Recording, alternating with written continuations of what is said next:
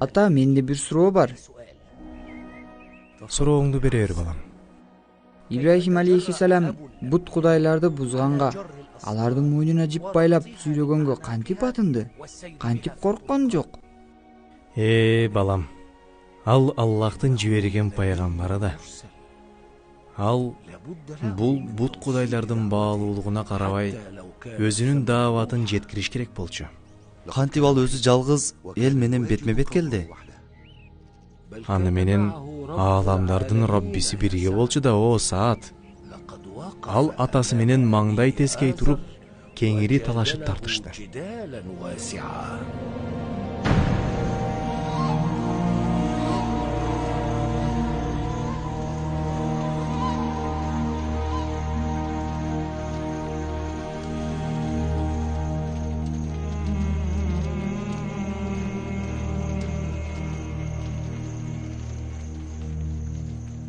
О Мардух, о Кудайым, о Кудайлардын Кудайы жана Кудайлардын чоңу. Балам Ибрахимди кечире көр. Жана менин күнөөлөрүмдү кечир. Ал өзүнүн эмне деп айтып жатканын билбейт. Менин баламды азаптаба. Аны ура көрбө. О Кудайлардын улугу. Эй, Азар. Мен сага Ибрахимди кантип токтотуунун бир айласын айтайынбы? Айт. Эгер муну кылсаң, ал биздин кудайларыбызга мындай сөз жоруктарын жасабай калмак. Аны үйлөнт. Ооба, аны үйлөнтүп кой. Аялдардын сыйкыр жана айлекеллиги болот. Бул соонун айла турбайбы?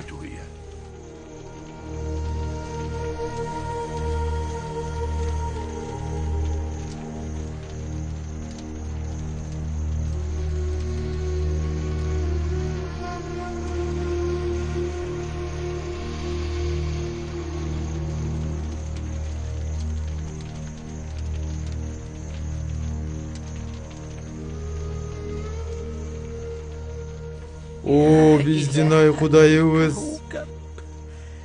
Сен уктаганда тирилтүүчүсүң. Бизди жана балдарыбызды, биздин мал жаныбызды, дыйканчылык жана сууларыбызды коргойсуң. О Кудайым, биз туура жолду таап, сен бизди коргоп, бизге жамгыр жаадырып жатасың. Ибрахим бул бутпарастарга келип, мунун туура эмес экендигин түшүндүрдү. Ал айтты: эгер силерди кечинде ай коргой турган болсо, анда күндүзү ким коргойт? Эгер ай Кудай болгондо ал жоголбойт жана батпайт болчу. Анын бети, нуру дайыма көрүнүп турмак, деди. Кудайлардын улуусу Мардух силерди тарагыла деп буйруп жатат. Анан бутпарастардын чоңу келип, Кудайлардын улуусу Мардух силерди тарагыла деп буйруп жатат, деп бутпарастарды таратып салды.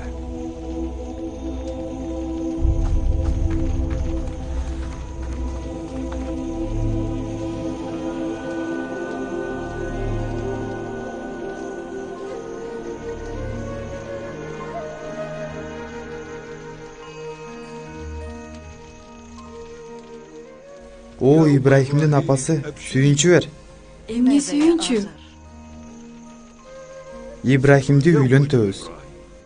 Ибрахим, биздин балабызды үйлөнтөбүзбү? Ал бактылуу келин ким болот эми? Аны Сарага үйлөнтөбүз. Анан Ибрахим биздин жана ата бабаларыбыздын кудайларын жек көрбөй, аларды сөкпөй калар.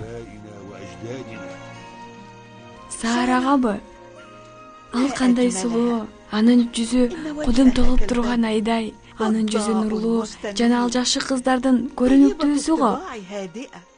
Мейли анда атасы Саранын ата-энесине бул кабарды билдирели. Ооба, албетте жеткирем. Ибрахим адеп аклактуу, жакшы жигит. Ушундай бала биздин кызыбызга күйөө болсо, анда бул биз үчүн өтө чоң кубаныч.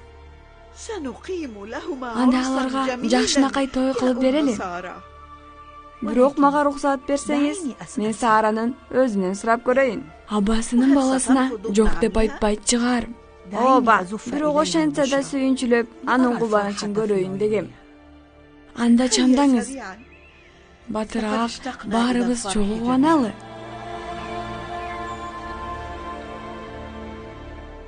О, Сара, менин ай кызым, менин канышайым. Ибрахим сенин колуңду сурап жатыптыр. Сен эмне дейсиң, кызым? Сара болсо Ибрахимге купуя ашык болуп жүргөн болчу. Жана аны менен өмүр бою чогуу жашоону эңсечү. Бирок Сара пайгамбарлардын атасы болгон улуу бир пайгамбарга жар болоорун жана муну менен анын Сара деген ысымы те кыяматка чейин эскерилип, сакталып калаарын билбейт эле.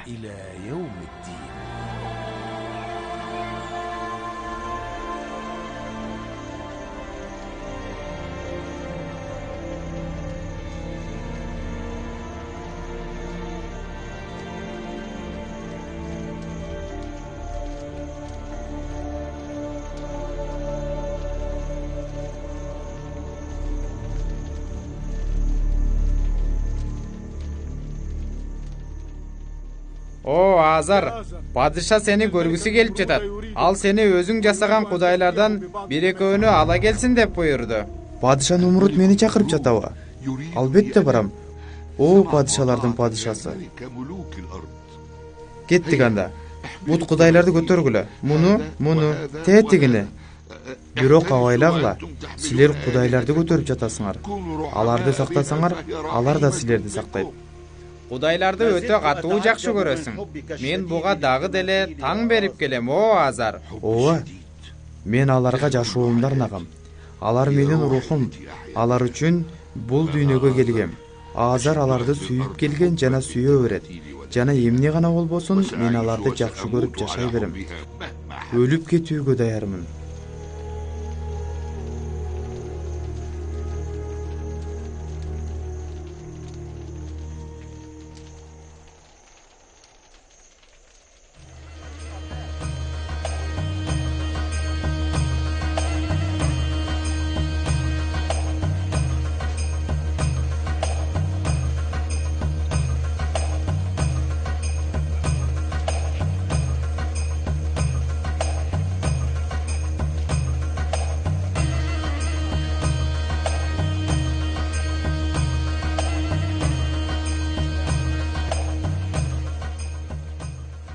Үйлөнүлпөт тоюңар берекелүү той, баш кошуу болсун.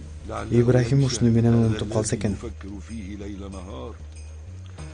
Мен анын түндө ыйлаган үнүнөн ойгонуп кетем. Билбейм, кимге жалбарат, кимден кечирим сурайт жана кимге сыйынат. Жок, мунун баары өтөт да кетет. Ага аялы кызыктуу боло баштайт о Азар. Атунуулу, урягыл, мубажжал кандай жүрөт? Сага келип жатабы?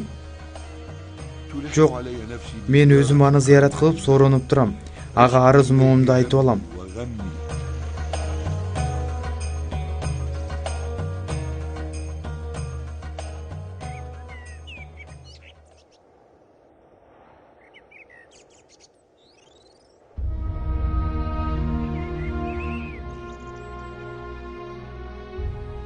Ушентип Ибрахим Сара энебиз менен баш кошот. Жана аны жакшы көрүп калат. Сара энебиз да анын сүйүүсүнө бекем сүйүү менен жооп берет. Бири-бирине аял сезим тартуулашат. Эми Ибрахим алейхиссалам Аллахты жалгыздоо, тавхид дааватын кантип жүргүзөт? Ал дааватын өтө даанышмандык менен баштады. Бул анын атасы менен кошо тарыхта жазылып калды. Ал эми Ибрахим Аллахтын жолунда эч бир чагымчылдын чагымынан коркпойт болчу.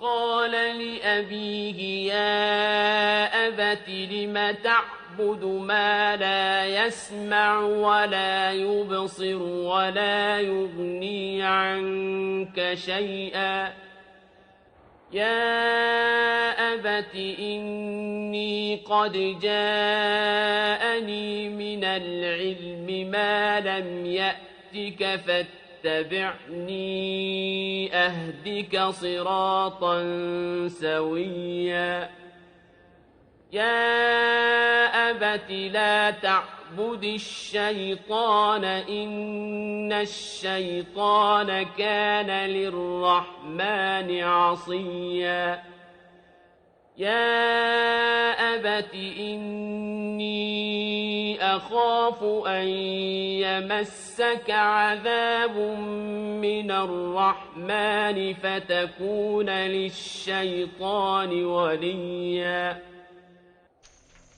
Ибрахим Сарага ушул кудайлар жөнүндө, алардын алсыздыгы жөнүндө, ал кудайлар өзүнүн үстүнө бир курт кумурска конуп алса, ошону да кетирүүгө алсыз экенин, эми ушундай кудайларга адамдар кантип ишенип, кантип аларга таянып жатышкандыгы жөнүндө айтып берчи.